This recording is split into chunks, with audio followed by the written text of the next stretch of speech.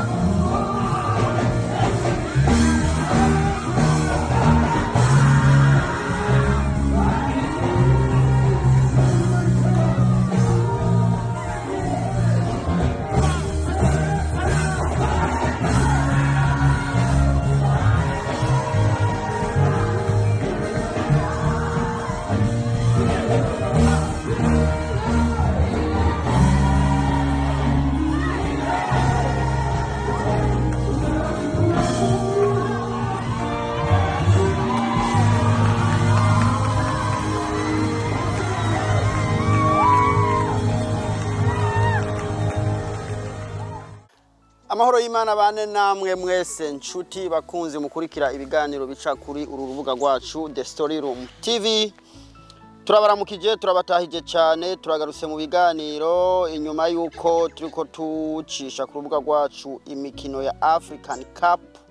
of Nations ya hano mu ntara ya Australia y'ubumanuko, ariko n'ibiganiro birakomeza byose tugenda tubikora kandi tukabikora neza. Uno munsi rero turi kumwe n'uyu mushinga ntahe mubona kuri kamera zacu, kandi tugiye kuganira naramuhize imyaka ingaha amaze hano muri Australia ndamuhiga ntamubona. None numvise uno munsi indege yamukorokereje hano ngize nteka byanka byakunda aramurondera mpaka ndamubone tuganire naho yo minota 10. Ariko tutaratangura iganiro cyacu twashaka duhamagarira abantu bari mu mujyi wa Adelaide, umuntu wese akeneye kuza gushopinga gusuma ivyo kurya agende kwa Dume. Kwa Dume hari ibintu byinshi byiza kandi bigezweho. Hariho imikeke mibisi ikiri fresh ivuye iwacu i Burundi, hariho amateke, hariho amavuta y'amamesa,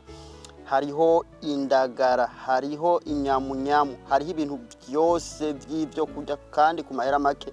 cyane kwa gatandatu twashize kuri discount. Rero mwihute mu shoppingire kwa Dume, imikeke irashahari. Abantu bwa mubimbaza mumenye ko imikeke yikihari. Hanyuma abantu bagendana ubumuga ntandi hantu mwogenda kwitura kugira ngo babafashe atari kuri Adorable Home Care Community Center. Hari ni sare nini cyane nziza ko abantu bakeneye gukora iminsi mikuru, mugende mu dushorere. Abantu bagenda mu Burundi gufata uburuhuko, Maison de Passage mutwiture tuzibarangire hamwe n'akamodoka ko kugenderamwo ugakeneye ushutubwira tubigufashe mwo. Hanyuma rero nkashanakira uyu mushinga ntahe mwese ngira ngo canke benshi muri ko mudukurikira kuba mubonye kuri kamera zacu. Si umuntu mushasha, muramuzi cyane, n'umukozi w'Imana, n'umuririmbyi w'indirimbo za gospel, yarabikoze biragenda neza mu karere ka East Africa, arazwi. Nigeze kuba ndi i Kenya, nzemo n'indirimbo ziwe ziriko ziravuga kuri televiziyo aho imwe y'i Kenya, The Citizen umenga. Rero uyu muntu arakomeye. Denison Maguru bitemwa amahoro turakomeye. Nagumye mvuga ndi umwe mbone watu. Oya nari natuje kuko nako ndumva abantu bariko bararonka adresse yaho baronka imikeke mibisi iva muri Afrika, nk'igisindire tumanze tufungure kwanza tubona guca tuvugana. Imikeke turayishikana hano kabisa. Haje imikeke abantu benshi ntibabizi. Imikeke ntahandi hantu ibonekana atari mu kiyaga ca Tanganyika kwisi nzima. None bugishisi nigumana kanovera nk'akagenda. Akanovera kabisa kaba kari kuyanyene ko bayishira mu mafriza meza ebana. Imikubwe gushika hano ubanye mu ifriza ugashukotsa nta kindi kintu usubira kubaza. Cyukoza n'akarobe ho usanga ari ibindi bintu. Deni karibu rero kuri izi kamera zacu. Ego murakoze cyane. Nari narakurondeye iminsi myinshi kabisa biranga. Ikintu cyose burya kibera umwanya. None Imana irakumpaye kabisa. Reka ndayishimire. Karibu muri Adelaide. Asante sana. Mwari muduki hano muri Adelaide. Ndibaza hari event yabaye ku musi wejo kwa gatandatu. Aho je ninje makino gisagara ku musi wa kane kuko nari mfise rihaso guteguro ni bendi yategezwe kumvugiriza iyo event. Hanyuma ibintu byagenze neza, yari event najemwo natumiwemo kandi ya genzereza aho ugiye kuraba yitabwe n'abantu benshi cyane. Benshi cyane mu kiringo cuko umuntu atangwe kubona kwa Afrika babuze ababerekeza n'imivyuro ibisigaye nta kabibariko. Turabigarukako Jone nagize ubwoba numvise ko uje mu giteramo, kandi hano rusanzwe turi mu gikombe ca African Cup. Iyo igeze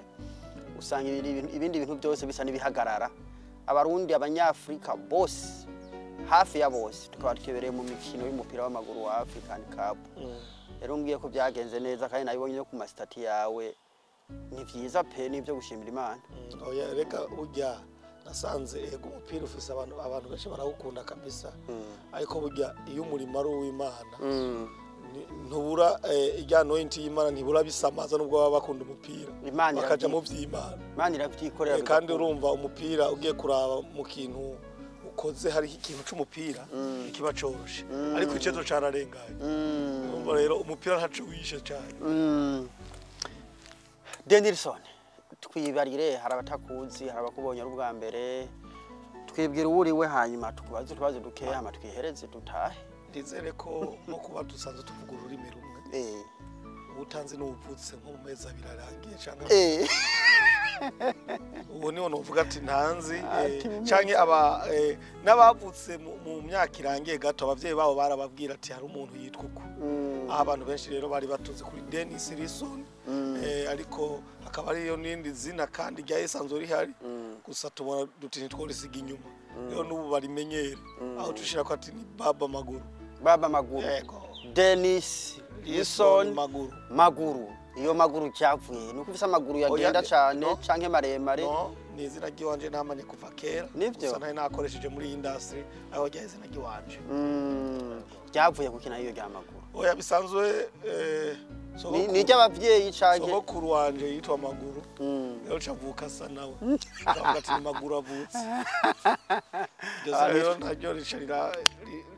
rirankurikirana abantu bitwa ba Maguru ngira bari abantu bagenda cyane bakaduga imisozi n'amazina gusa abavyeyi bashobora kwita umuntu ashobora kukwita uko yabona umwana indapo arakerebutse aragize ngasanga umuntu arakwiziziragiye cye bagenda ati ubu ni Maguru tubwero ibikorwa byawe ukora mu buzima bwa misi yose je mu buzima bwa misi yose mfise ibikorwa byinshi nkora kuko hari ubuzima bwa privé n'ubundi buzima abantu baba bazi hari ubuzima mfise bwa privé mu bikorwa byanje nkora bya misi yose hakabaho n'ubundi bazi kuko jewe mandi kuri social media umwanya muremure ari ubu bw'ubuhanzi sanzwe nkora biba bigaragara ku bantu bose rero bisanzwe ko ivyo nkora ni byinshi ikintu cyose mbona gishobora kunzanira akantu canke ikintu cyo nteza imbere ndagikora mu buryo bw'amafaranga mu buryo kwino dunia iyo uko bucuko bwira twigico fasha imiryango twigico girane ivyo navyo biherekezwa niki bikorwa niki n'amafaranga hamwe n'abantu nyene abantu nabo abantu ko tuba mu bantu abantu niwo kurigura bavuga uko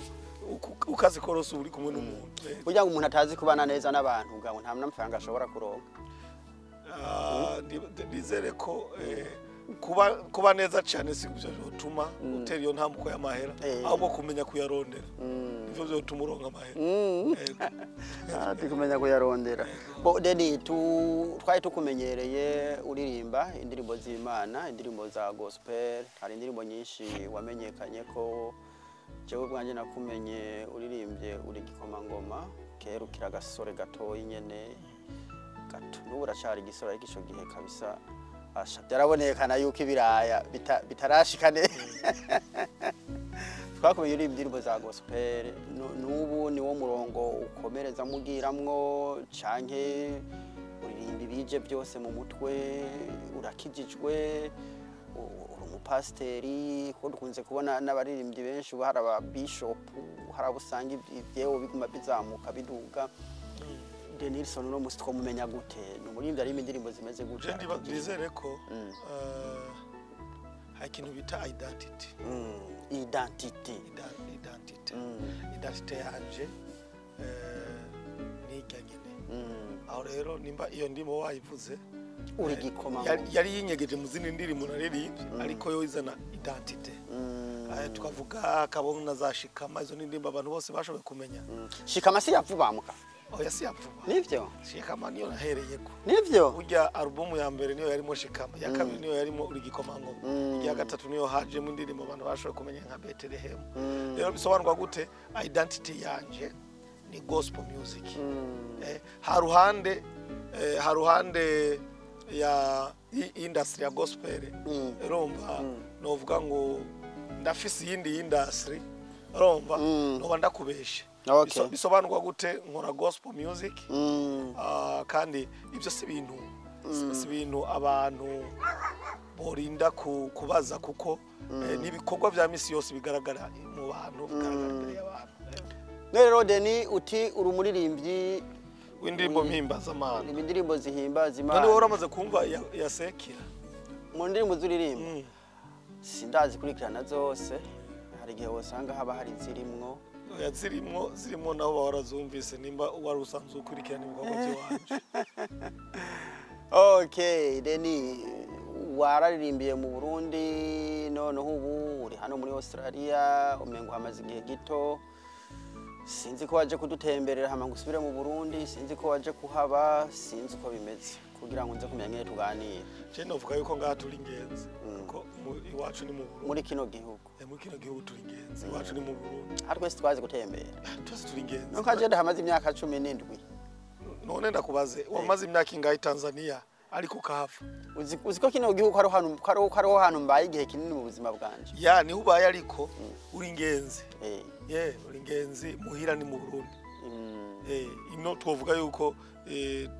igihugu umuntu ashobora kuja kubamo nka kujya twava umuntu yashobora kuva mu Burundi akaba Tanzania ako mu nyuma bigahinduka akava Tanzania akaza muri Australia akaza hano Australia. Ntiturashika ahubwo turashakomeza dutembera tuzoshika mu ijuru. Kumwe kwa bisi yari bamaze imyaka amajana 4. Niturashika. Muri abantu bashobora gushaka ngo twarashitse yari turashika. Kubera umuntu Yesu yavuze ngo nzogaruka. Ngo ndabategurira ahanyu ahacu urumva ntiharagera. Ngo niyamaze ari kubakwa mu ijuru. Okay. Basi Rodeni tubwire ibi byo kuririmbira Imana kwakira Yesu nk'umwami n'umukiza mukaja mu byo kuririmba mwabitanguye ryari ryari mwamenye ko mufise iyo muhamagaro? Je ndibaze yuko jewe nkicarutse nkiri muto ntanguye kumenya ko hari ico nokora canke hari ico noba mfise muri jewe. Naratahuye ko mfise indirimbo yo kuririmba, ingabire yo kuririmba, mfise impano. Aho narabikoze ntaratangwa gushira ku mugaragaro ibikorwa by'iwanje. Ndi muri Tanzania nabikorera mu migwi y'abandi. Tanzania mu nkambe y'impunzi cyane. Twarabayeyo ibihe bite. Rero twakorana n'amakorari. Urumva tukagaragara ko tufaye ico dufise cyoshobora gufasha n'abandi. Niho maze kuva Tanzania yashitse mu gihugu ashavuga ati no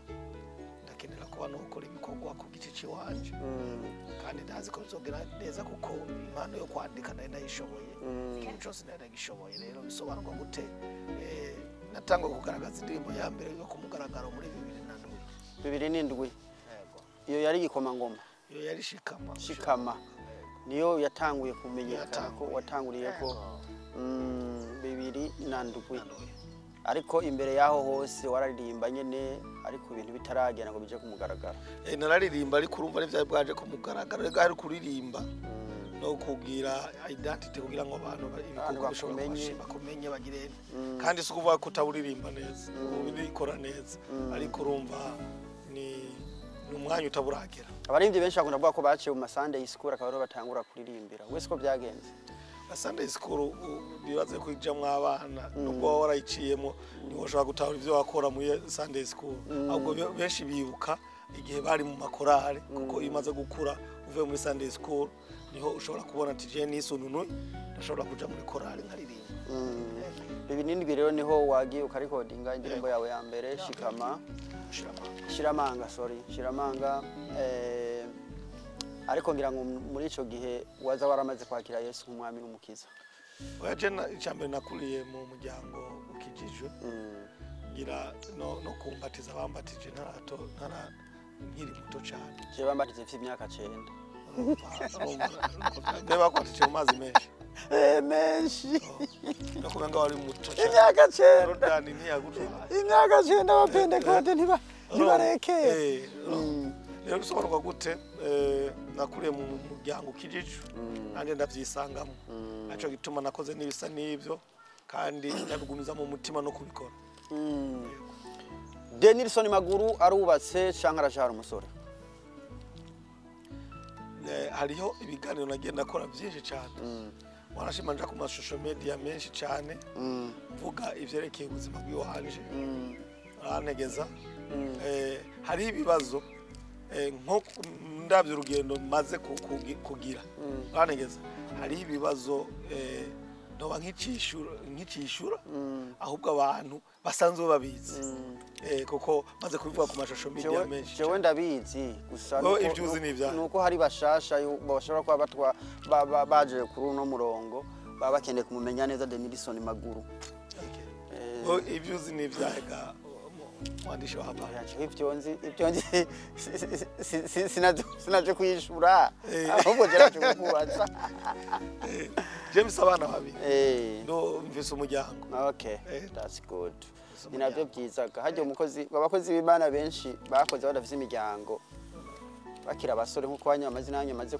kuzamuka kaja hejuru kenshi hari igihe byakunda kurangira nabi ariko ni byiza bo Denis nari nifuza ariko wotubwira cyane cyane kubijanye n'urugendo rwawe rwo kuririmbira Imana waratangwa aho 2007 abenshi twagiye kumenyera ku ndirimbo uri gikomangoma irya ndirimbo nimwe mwayanditse muyiririmba muja muri studio mwari muzi kwizotuma ibintu bizamuka cyane bikamenyekana je ndibazi kandi mbone yatumye imenyekana cyane gusumba yego iryo niyo yatumye imenyekana cyane ariko ku kintu ubajije yuko ati mbega waruzi yuko iyo ndirimbo izoshobora kuzamuka ibyo biragoye ku muhanzi kuko indirimbo uzi yuko ishobora kuzamuka no kumvikana mu bantu ntavyo narinzi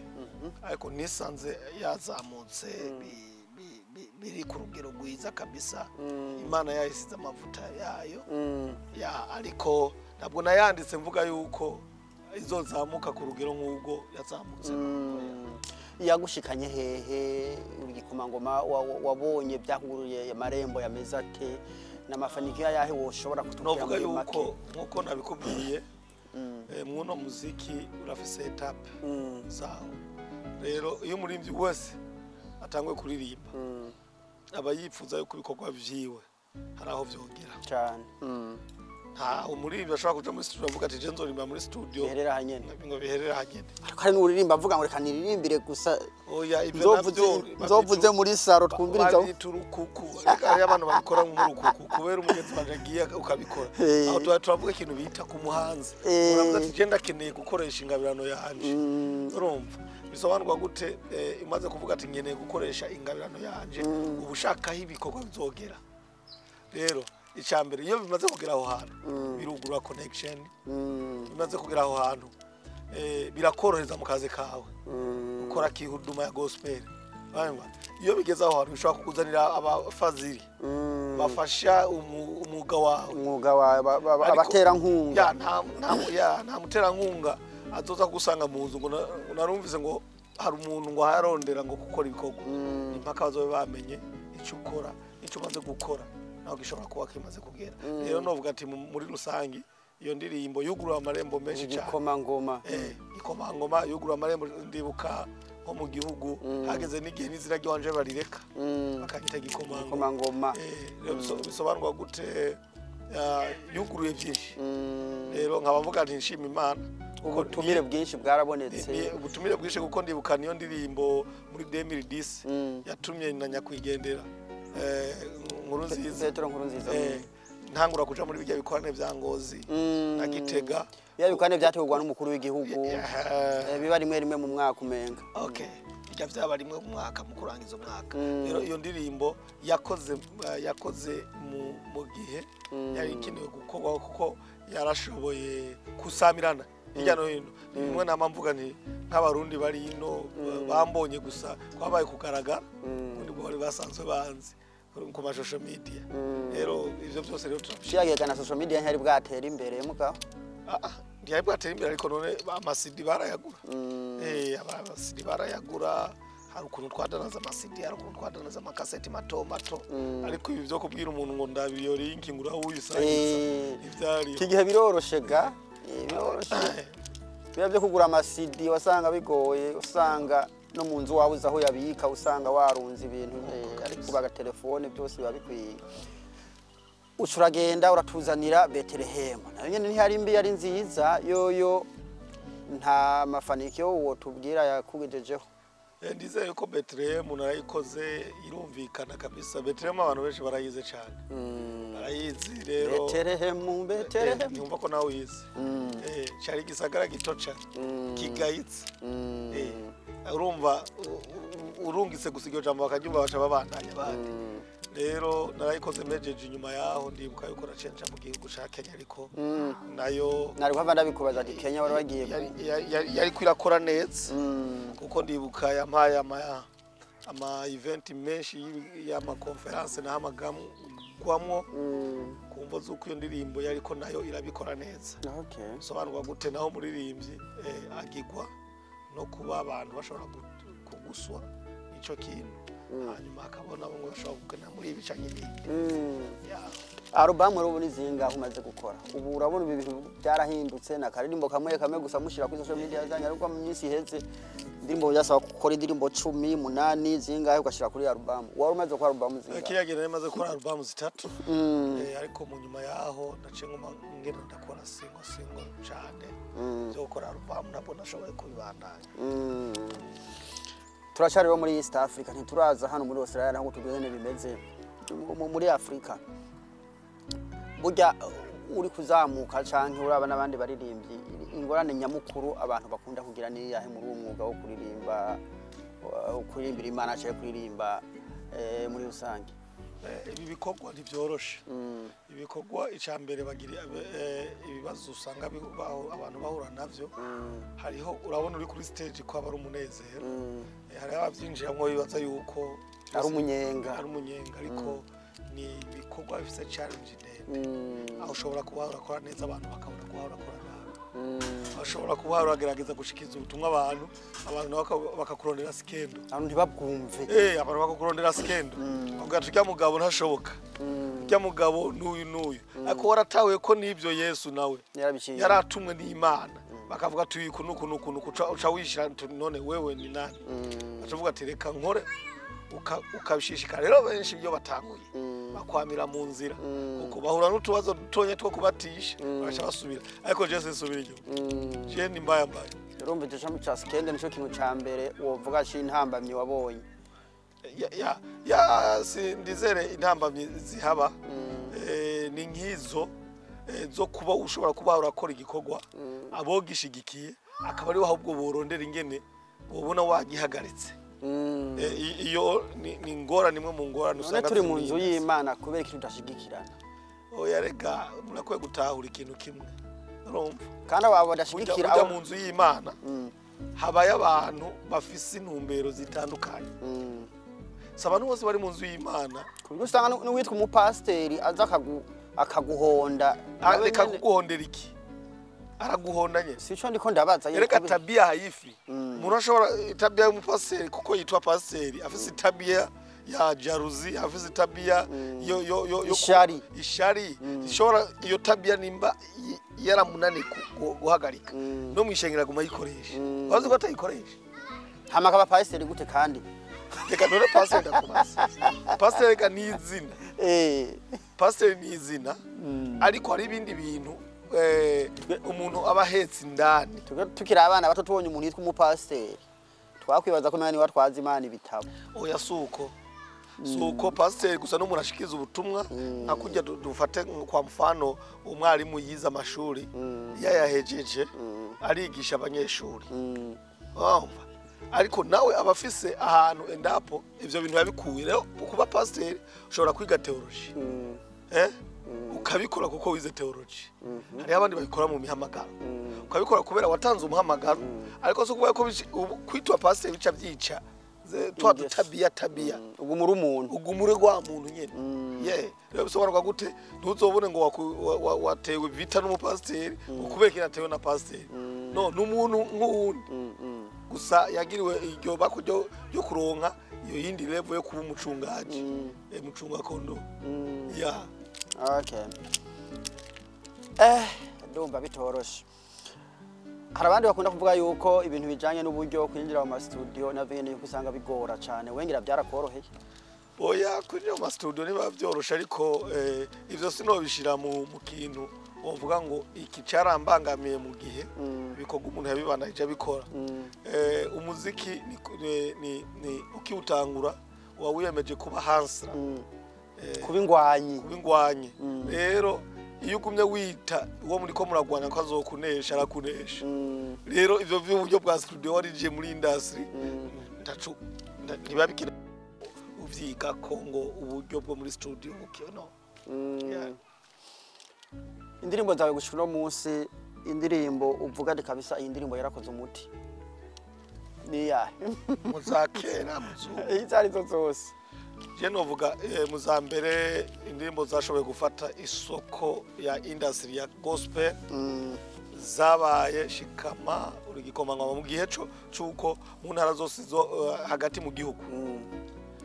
c'u Burundi atawutoza isanga na hamwe abanyagihugu bumviza karadio kamwe hageza amakuru bagahamagarana urumva Denison baramuzi urumva rero so gute izo ndirimbo zarakoze neza hama ku gice c'ubu naho indirimbo ngaha yayikora neza kandi yakoze neza bayita Mirere iyo ni indirimbo nakoze Brisbane Brisbane irakora neza cyane gose pefu mikundi sanzo office bita Maguru Music International irakora neza neje mwaraye muvyiboneye kubashoboye gushika mu giteramo canka babibonye kuri social media mwabonye ko ari indirimbo ikunzo cyane kandi ifise amavuta y'Imana. Okay, wamaze kunshikana rero hano muri Australia nagomba nyene nkomeze abariho nkomereza umaze gushika hano igihugu gishasha byarantangaje ko nabonye ukomeza ushika nyene watsa umuriro mu gihe muri yo myaka irangiye twarabona benshi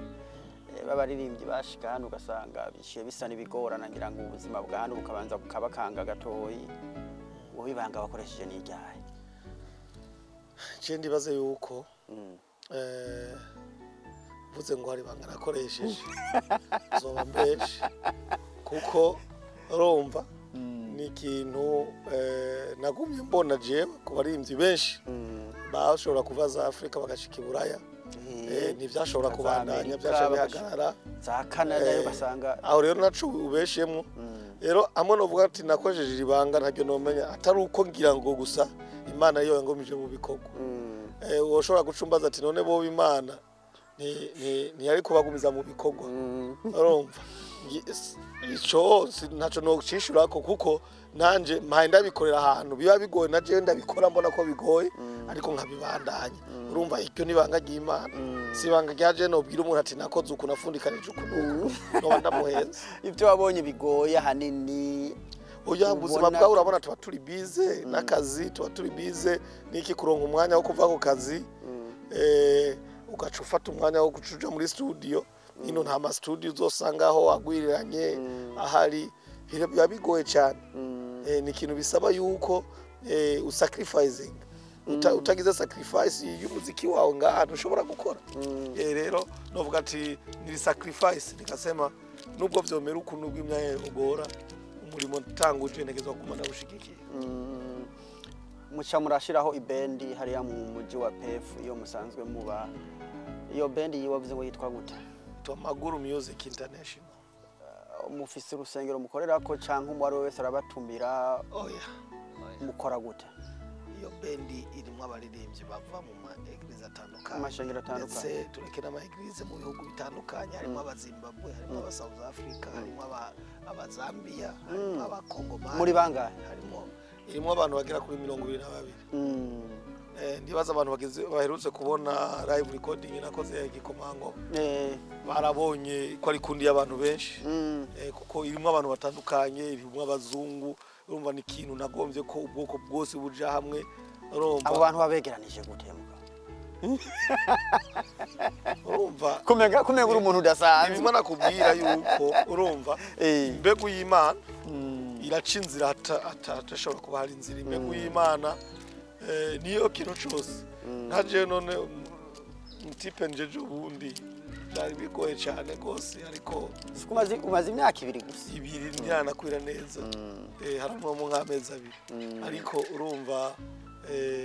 uravye nka gospel ahantu maze kuyishira ngaha imechangamuka reka tuze turavyivugira kuko ntaba bituvugira nimeweka game kuwa sawa na mtazamaji ananitizama game iko sawa industry ya gospel imechangamuka muca mukora gutero murindira ko babaha ibiteramo babaho ubutumire cyaye murakora ibiteramo by'iwanyu twebwe dutumiwe sawa ariko tutaratumiwe turafise ubushobozi bwo kuorganiza ibintu by'iwacu nk'ubu tworganije Mega Gospel Festival 2024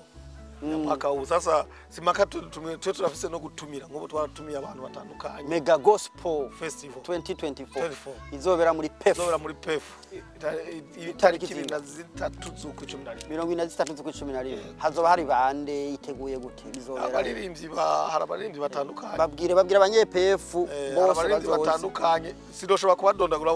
ni benshi narabonye kuri flyer nabonye ari benshi n'abaririmbyi benshi ndodaguye uyu ucanka uyu n'uyu urumva bona hasize byogorana ahubwo abantu baze barakurikirana flyer ku mitandao babona ati ebana ujya jewe n'uwi wanje nigezwa kuja kumushabikia ujya n'uwi wanje nigezwa kuja kumushabikia ko buri ntara twatoye abaririmbyi yaha muri Australia bose n'abanyepe intara zose za Australia zirimwo abantu PEF nani Brisbane abaririmbyi abava Brisbane abava narabonye n'umuririmbyi akomeye David Nduwimana azobari aho David azoba aje azanana muri Sydney avuye muri Sydney je mvuze wo wonyene reka abandi tubareke kuko ni benshi nabonye niyo have barakara oya nakibazo kuko nico to umuvuga kirahari kuko yamaze kwandika izina rye cyo to umuvuga kirahari na David azobari mu naho ni hazobari rero kubijanye na adresse naho bizobera abantu nukuraba kuri social media zawe kuraba kuri social media ibintu kabisa biriko birapeperusha ku bitandao kandi ibintu byose tutubwira social media zawe tutarazibagira kendi baze yuko abatazizi Instagram ni Maguru Official Facebook ukacandika Dennis Maguru mpaka kwenye TikTok niko pale unaweza kwenda uandike Maguru kabisa utanipata pale ushobora kubona nta abantu bakwitiriye oya uzombona yiwanjira nyaruka kuza cyane atira nyaruka kuza kandi ubonye utaona tu itapanda fast abantu rero mundukurikirana mugende kuri Maguru Official kuri YouTube mukande kuri subscribe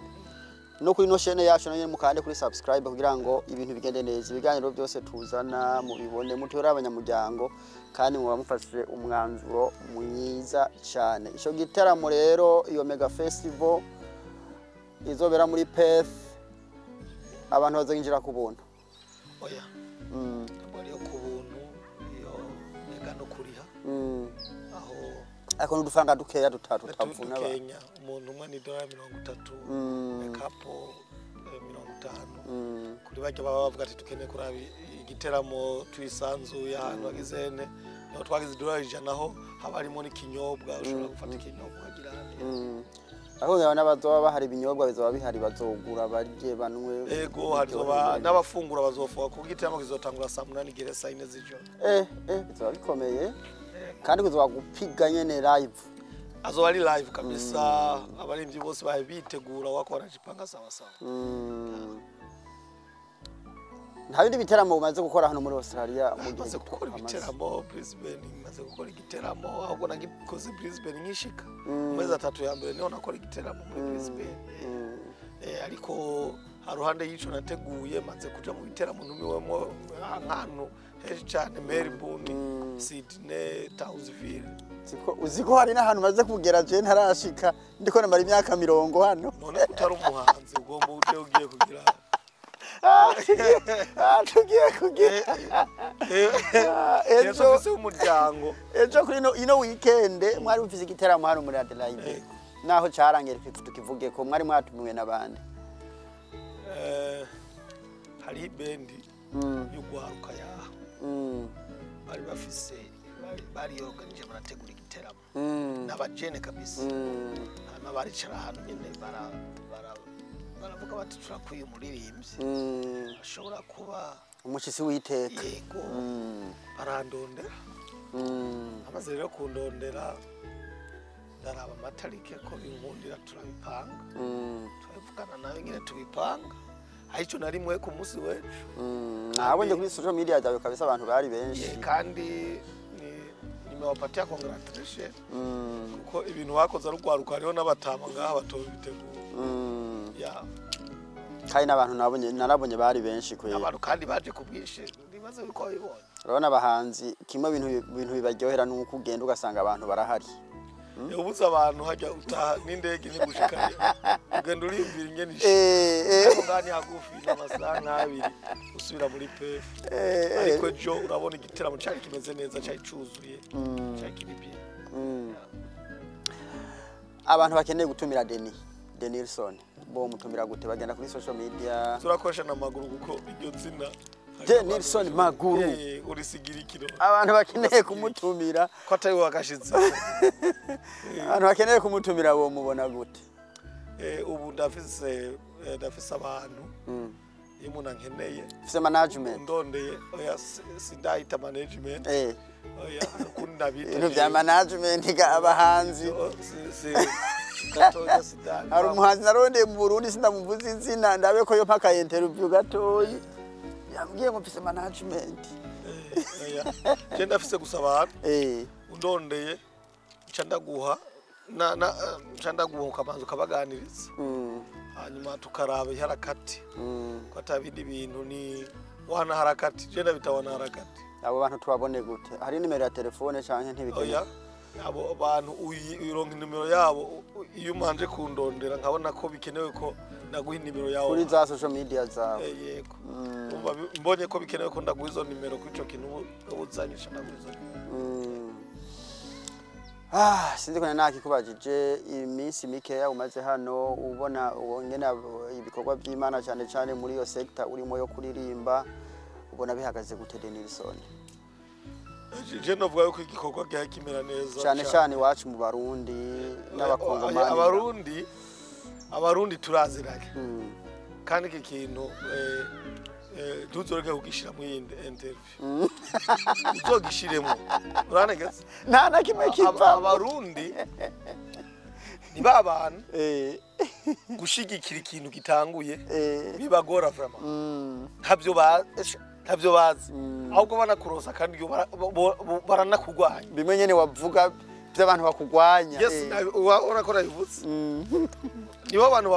baba badigitata gusa iciza rero cawo impano bahawe ni imwe ikintu cageze ahantu niho batanga kuvuga ngo uriya nuwi wacu twaragusengeye apango twaragusengeye warasenze bovuga twarasenze kandi batigeze basenga ahubwo bavuga bati twaragusengeye turi mu oya bavuga bati ujya muntu nuwi wacu rero ico no utera kamu ku barundi biwacu abarundi barafise impano nyinshi cyane biyigisha ibintu by'ubudigiteta bwinshi umuntu akabona umuntu atanguje nk'ikintu ugasanga niwe abaye wambaye kurondera ingene yo kopoza ikintu ari we yogishigikiye kwacu usanga wa muntu akamaro kiwe gahe kabona abandi bo hanze uranyumva bo hanze bagashobora ati uyu muntu harimo ikintu gikomeye ndabona harimo ikintu kiri muri we naba abantu ari kuguma gusa apona bamwe bene wanyu gusa bo batumane neno mutu ingi tunajua kuongea sana tuvuga cyane rero impanuro ntanga urumva kuko dufise impano nyinshi z'abarundi bige gutahura gusoma umuntu ntushoko uhagurutse wewe sinshoke ngomba kukugwanya ntarabona ko mfise ubushobozi bwo kugwanya icimana yagushizemo ko bushobozi hari umuntu abufise bwo kugwanya icimana yashize mu muntu sasa iyo ubikoze rero urumva iyo ubikoze atabwo ufise cyangwa uzogumubona ikintu kibandanye sasa ndowe utakuja baadaye niwe uzogaruka mu nyuma kuvuga ati ibi byageze gute yo ndabatera kamo kuko turazinanye turi bamwe ico kibazo turagifise cyane gose ariko bikiri mu ntango ntidushigikirana kandi ukazorondera umurundi agushigikira ugitanguye ibintu wewe guduka kuko ntacu zonoba ariko imana yashaka kuzanira umwe canke babiri bakumva ariko kuzorindira ngo nataka ngo bizokunda ariko wamaze gutera imbere oya uja n'umuntu w'iwacu iwacu bisobanurwa gute ico naracize cyo gituma nshitse naha sirategemeye ngo reka mpamagaye ba barundi bacu bariho bamyereka ingene mbandanye umuziki bari kumbwira ati ahubwo wewe ibyo uharavuga urabifitiye isiguro yuko wobikora ariko jewe nahaye umwanya imbegu Imana yashizemo abari indongora ku imbegu ikurongoye ibindi byose ni mu magondongo abarundi hano uri kuraraba nko mu myaka 5-10 iri imbere kuva no munsi ibintu byo kuririmba ubona bizoba biri ku rwego rushimishije jewe ubu sinkunda kuvuga gusa ku barundi mvuga ku mpano z'Abafrika bari ngaha mu gihugu ca Australia cyo bituma nijyame kubona nahamagaye Abafrika batandukanye bafise impano zitandukanye kuko mvuza abarundi gusa urumva noba nitakuwa nimebagua kipindi wenye vipaji wako hapa wanafika ni wengi ariko tugiye mu barundi urumva icambere kuzomanza kutahura kwanza agatahura ati mbega niki kinyabaki tukidewe gukora mbega ibipaji nimba ari abantu batandukanye abonye umuntu w'igipaji akamushigikira nubwo atoba mu buryo akamutera ingoga kuko gushigikira umuntu samahera gusa hariho umuntu ashobora gutera ingoga umuntu bikamutuma abandanya igikorwa ciwe rero bisobanurwa gute muri myaka tuca tumaze tugarura ati mbega imbere y'iyo myaka umuziki wabo barundi wari urihe mbega ubugeze imbere yuko tuca twiga kuva ngaha tuca kuyo yindi myaka bisobanurwa gute hari intege nke sha muri iyo myaka irangiye nta kintu kabisa barundi bose bagiye kwironderera amafaranga kandi barayaronse weka aya mafaranga araboneka ugasaba umuntu afise ubuzi 4-5 rero urumva abantu barashakisha kandi ni byiza gushakisha uburyo ariko burya no kwibuka ko hari impano Imana yatanze zitegeza kugaragara ni ibintu abari bizima kuko ugiye kuraba nakivuze ugiye kuraba muri Afrika iwacu abantu barakora kandi bakanaruhuka kandi ugiye kuraba hariho bamwe kuko nta nyambi burakahoza saba Afrika bose bakenya aho wamusanga babaye mu buzima buri classic bwiza kandi bwiza kabisa cyane bativuruka bisobanurwa rero gute guca ku biti n'amabuye gakojeho n'umurango ntunacishe mukora umurimo w'Imana sivyo bizotuma barurangiranwa mu bikorwa ukora uronka amafaranga menshi uzoyaronka kabisa aya mahitaji turakora tukayaronka ariko tutibagira no gukora imirimo Imana iba yaradushizemo umurimo w'Imana igakogwa cyane gose indirimbo Mirere wayirecordingiye hehe ni studio yiwawe canke haraho ugenda Mirere ko zira recording live recording okay nta studio urashinga ko abaririmbyi benshi cyo kintu bakunda kwihutira gukora studio ni producer je n'ubu mpanda kubwira ivyuma vya studio birahari ariko studio si ivyo no producer studio no producer rero kuvuga ivyo vyuma ndabikoresha mu bindi bintu kuko ndafise Maguru TV Maguru ezo speaker za studio zigakora muri sound Maguru TV iri he iraho muri kuri YouTube kuri YouTube kutarayitubwira ngo tugende andika Maguru television cuyibona itandukanye na Maguru official itandukanye na Maguru official niho hayaca nibiganiro bibiganiro vya kuko tuza turatumira umuririmbyi umwe mw'ibintu vya mega festival baragenda bagakora ibiganiro bigaca ku yo Maguru TV umva rero bisobanurwa gute kuvuga ngo studio ni producer studio ntabwo ari ivyuma nkaho urabona uwari we wese uja gutora ivyuma ukabimuha akazara migenza bigenza azara technique ariko rero studio no mu producer producer no studio just the producer ariko nabonye uravuze ivyombo by'umuziki nabonye ukubita gitari je ndi umucuranzi je mbere yuko ndirimba naracuranga je rero n'umwana muzika aracurangira namwerekeza kuko mbanze ivyo nkeneye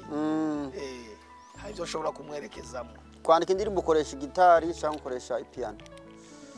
oya bisanzwe icyacho cyose ushobora kugikoresha ushobora gukoresha gitari ushobora gukoresha piano uronka inspiration gute kugira ngo wandike ururirimbo sha uryamye jewe uri kurota ico kibazo abantu Ico ubonye bose bakimbajije sindi muri babaruza ngo ndimbiza ndyamye oya ndayirondera ndayishaka yimvira abantu zavuga ngo yaje ndyamye je ntaziraza ndyamye ariko ndayirondera ndicara ahantu urumva ndicara ahantu ayandika urumva ngakoresha yakiri imana y'amazi ariko pana ngo nayibonye isa oya je ntayiraza uricara nyene bikagora nyene uricara kabisa nk'abantu ukavunika nandika ugateka umutwe bigakomera je niza mu iti timwitiro harabandi ufise iyo ngabire iyo umaze kugira kuba action tingire nandike urumva uri muri action ukicara ahantu ugatuza unyene ngire nandike indirimbo nzanije muri action iyo action intwara kuvyimviro dico woyandika dico no kwandika umuntu ushobora kwandika bivanye n'ikintu ubonye ikintu muhuye naco ushobora kuba umwe wawe ukabona yajana ivyo navyo ugomba kudutwara kuri bya bintu by'abapasiteri ashobora gushika ahantu hakugenda kuvuga ico ikiri muri we nyene kamaza gushaka kumenya inkuru zibandanya aho hantu warageze ndavyumva iyo rero urumva ubu umupasiteri utaramenya ico uri bukore kuko uri umupasiteri utegerezwa kupanga imbere y'uko uja aho hantu uzokorera utegerezwa gupanga ati mbega ntegerezwa gutwara iki ariko hari n'igihe upanga mwari n'igihe ushobora kuri kurengana nk'aho Karolo narimvuze ukabona accident yabaye aho nyene ukumva hari ibintu bikujemo byo kumenya kwibaza ko ico kintu kibaye Eski iyo hajari baye yo kwinspira iyo hajari baye uwo muntu yari yavuye muhira azi ko yajariza kubaho ibintu nk'ibyo ugasanga uronkeyeho ikintu cudugira ko mu Rwanda iyo ikuterera ivyiyumviro dushobora kubona imodoka iri hagize hajari gucaho nyine wanduka kuvuga ngo hari imodoka igize hajari ariko ushobora kugura ivyiyumviro ukavuga uti mbega birashika ko umuntu yovyuka azi yuko hafashika amahoro yaroye nivyo navuze rega ni inspiration nyine uko ni kwikora igwa inspiration rero ibijya byo kuvuga ati ngo uhave uvuga ngo hari ikintu ngo caje kiratibuka ngo ciyanditse ngo indirimbo yari yanditse ngo yamanutse abo bishikira kugira bari cyangwa gasanga ikintu kibaye ugasanga abantu nyene nkabyo bavuze yuko hari abantu badashigikirana abantu baguponda ugasanga bakeneye kubandura hasi hari indirimbo waririmbye umenye ivuga amajambo nkayo chunguza marafiki yes urabona ushagenda hari habaye iki hagiye mu kigeragezo ca mbere nagize kuva nangura uyu muziki hari abantu kuba ariko barankurikirana habaye kuba abantu bagira insako nyinshi zo kudendekanya ibyo gushaka kuncafuza rero kira muntu agira ikigeragezo mu gikorwa akora rero iyo harakora igikorwa cyacu cyose utegerezwa kuba makini kumenya ikigeragezo cyawe ku buryo kije wakibonye igiye kucivuto jewe maguru niyo ngize imisi numva abantu batariko baramuga nabi ndagwara narabimenyeye urumva byaramenye rero iyo babuze kuko je bajya ndabita abantu bangirira campaign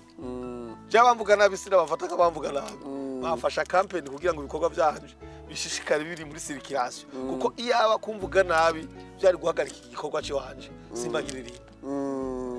banaragiye kabisa zamani ariko nagumye ndi focus tushiramo chunguza marafiki zako imbere niho navuga ati na bado kazi ya Bwana haitasimama hata watu wapingi Chari ico gihe nyene wari kurirukwa ko cyane abantu ico gihe ndivyari bivuye ku ico gihe byari bivuye ku kindi abahanzi ico gihe byari bivuye ku kindi ariko kirakwenspira nakoze muri rusange kuko burya umurafiki niwo umuntu ashobora kugira nabi niwo umuntu ashobora kugira nabi umurafiki niwo muntu ashobora kubazi injaro zawe ashobora kubazi ati n'umusi we uza kwicara rero kuchunguza vizuri kuchunguza burya ha ruhande y'umurafiki hari wundi muntu mutabona abona wewe n'umurafiki wawe aho ni muntu ari mu cijiji ujye ubona ashobora kuba atari we ujye ubona ashobora kuba atari we akaba ari cijiji c'umuhadu waho nyene naraho nyene muri we aho nyene muri we Denilson Maguru turi kumwe yadushwayemo hano muri Australia hamaze imyaka yaba 2 igihugu cyose yakimaze aguma azunguruka akora amakonsera akora ibiteramo aho bamutumiye aho bagize nicyo gitubona aguma asa neza just ushobora gusa nabi jewe nkora campaign y'Imana hamwese se nabi umu ambassadeur w'Imana nkora campaign none ubu nda Adelaide ejo ushobora kunyumvira Townsville Townsville muri Queensland ejo ushobora kunyumvira Darwin uranyumva uziko ntarashika Darwin imbwa ndahamaze imyaka 40 hano naho ndashika ariko Townsville amaze kwashika Townsville sindashika none mwebwe nimutembere nabanagarukiye tuwumba none amahera murondera mucamu yarira ngahaye oya turatembera mwaharye igihugu ni kinini ho gitembera cyose ngukimare ariko ndabataho uri utembera ari kuvisa ico ugiye gukora aho hantu ntumva na byo ntumbera rero ariko ari n'igihugu ugiye gufata uburuhuko cyangwa ukagenda kuruhuka ubu naheruka wanyu muri PF ico cyo nariko ndarondera mu ndwi zingahe zihetse wari muri PF je narinzi kuri muri Brisbane reka wahagera utamenya aho uba njyane uko arizo concert nyinshi wamurimwo yumva ngo Brisbane yumva ati teni yimukiye Brisbane yimukiye ariko umfise nimero yawe nzogenda kuba cyamba muri PF gusa ubwo burere bwose ndabukorera mu bikorwa ko wonyumva ndi Brisbane ko wonyumva ndi none nk'uko ni muri Adelaide muri Adelaide oya hano uhamara igihe gito ariko hari gusanga bagenda kuri YouTube ukabona ari Brisbane wasubirayo ari Brisbane wasubirayo Brisbane ibintu umuntu yaragiye moja kwa moja oya reka abantu gusa social media ni ndende bayumva rero umuntu gusumaze kumenya ati ikuru ni hehe nico ibisigaye navyo kumenya ngo araha canke araha biragoye musa Denilson tuko tugenda dukana ku musozo Denilson Maguru hariho abandi bahanzi bato bagitanguye haba ari mu Burundi canke haba ari na hano muri Australia ibanga ni iryahe ryo kugenda ukazoshika ahumera nk'amaguru ahageze uno munsi no gusenga Imana kandi ugakora kandi bangaye ukirinda kumva ivyo bavuga hirya none bazoreka kuvuga none nakorera ikibazo cyo gitanga umuntu habaye inama mu ijuru bakavuga ati tutumuyu yaravuze kuzivya yaratuma Yesu umwana w'Imana hari ubushobozi bwo kuzivya ujya muntu ntanavuge hano bagamusaza ndakumva sha abantu ntibavuge bari bavuze ubwo bushobozi ariko nibo bavuga ko ari umusuma ari umwambuzi umujura ari umujura umuntu aje kudukombo uri mwengo wale mushangiria wakafanya nini baadaye bisobanurwa rero gute hari ibintu bimwe uri kurakora uri priority mu bikorwa vy'Imana ukazorinda bagukomera amashi wewe ni nani pigiwe makofi na mwana wa Yesu aje pigiwe makofi wewe uri bisobanurwa gute ibikorwa dutegerezwa kuvugwa ni sherti tuvugwe sababu abajinga benshi ubushobozi bwabo buri ku rurimi kandi rero baragwiriye resha tubapunguze gute kandi ururimi kabisa ni hatari rero twebwe tuguma turi focus uramaze imyaka 2 hano mu myaka 10 Denilson afise imigambi biki yibaza ko azobageze hehe n'uwo muziki wiwe oya je ntangura umuziki hari ahantu nagenda nta pants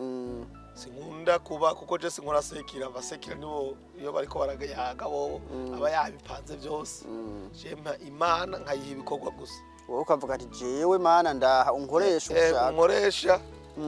hanyuma jewe ngirente bandanye ibikorwa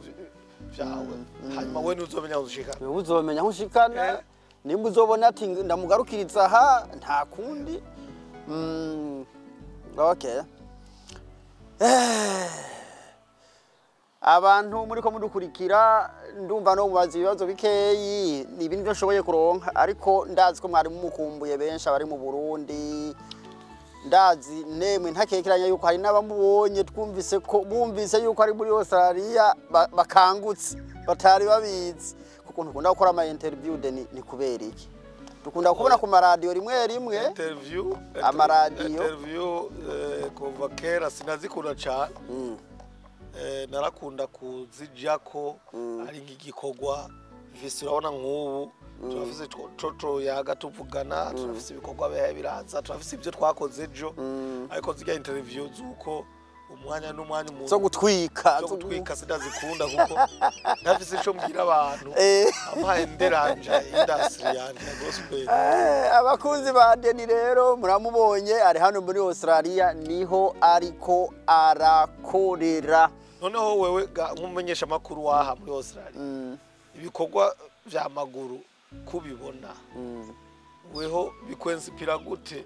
canke biguha iki cotuma wowe impanuro n'urundi rwaruka ibikorwa vya maguru ni byiza pe vya maguru ndabishima pe ni byiza tubona numvise kuri hano ngize mpaka ndamurondera hari gihe waje uranshika ndakubura ariko waransobanuriye ibikorwa byinshi kidagiye twadubisigitiramo kanaka twadubisigitiramo nico gituma nakurondeye ubundi muntu nzorondera numvise yaje hano yaraje ubushize nari mu Burundi David Nduwimana yaje hano mu kwezi kwa 8 umenga nari mu Burundi ico gihe ariko nawe canke ninasimbira Sydney na nyene nzomurondera kugira ngo tuganire ibikorwa bya maguru ni byiza biko biratera bije imbere ico gituma tumurondera kugira ngo babafana biwe babakunzi bamukurike bo ufite amafarasho bise abakunzi haravuga abafana n'abakunzi ngo baratandukanye sindahazi rero babafana bawe n'abakunzi bagukurikira ngira ngo bariko barakubona uri hano buri munsi n'abatara abakunzi banje hajya barakuye nasanze ibi bintu ni byiza kabisa kuko ukurikiranwa na bose ugiye kuraba bajya bapinzani bacu nibo batangwa kubona ibi bikorwa turiko abakunzi baza mu nyuma bajya bambera kandi bose ni byiza ko babibona kuko burya nagiye gusanga hari umuntu ashobora uno musi kuba atakwemera ejo akaba mu bakwemera ahubwo cyane zaidi bivanye n'igihe yari bajije ko ari bya bindi unyuma bigahinduka cyo kintu cy'igihuvuze ndacemeye yes ikintu cyose rero tugiha igihe tukagiha umwanya nabo babona ko tutakora neza tukabaha umwanya ni uzo batahuza twebwe dukora cyangwa ivyavyo turi nta turimbo dushasha izi ni live recording zimirije ameruka gusohora indirimbo bita I love you Jesus I love you Jesus man narayibonye I love you Jesus ya ubu nta yindi kuko ugiye kuri bari umucongereza rero ubu byakomeye mimi ni international jewe ndi international ubu jewe ndakunda kwivugira ibintu abantu bakayifata muzamuza bakibaza ngo ngira ngo ariko ara joking ariko kwatika kazi zangu uzozura bibona ko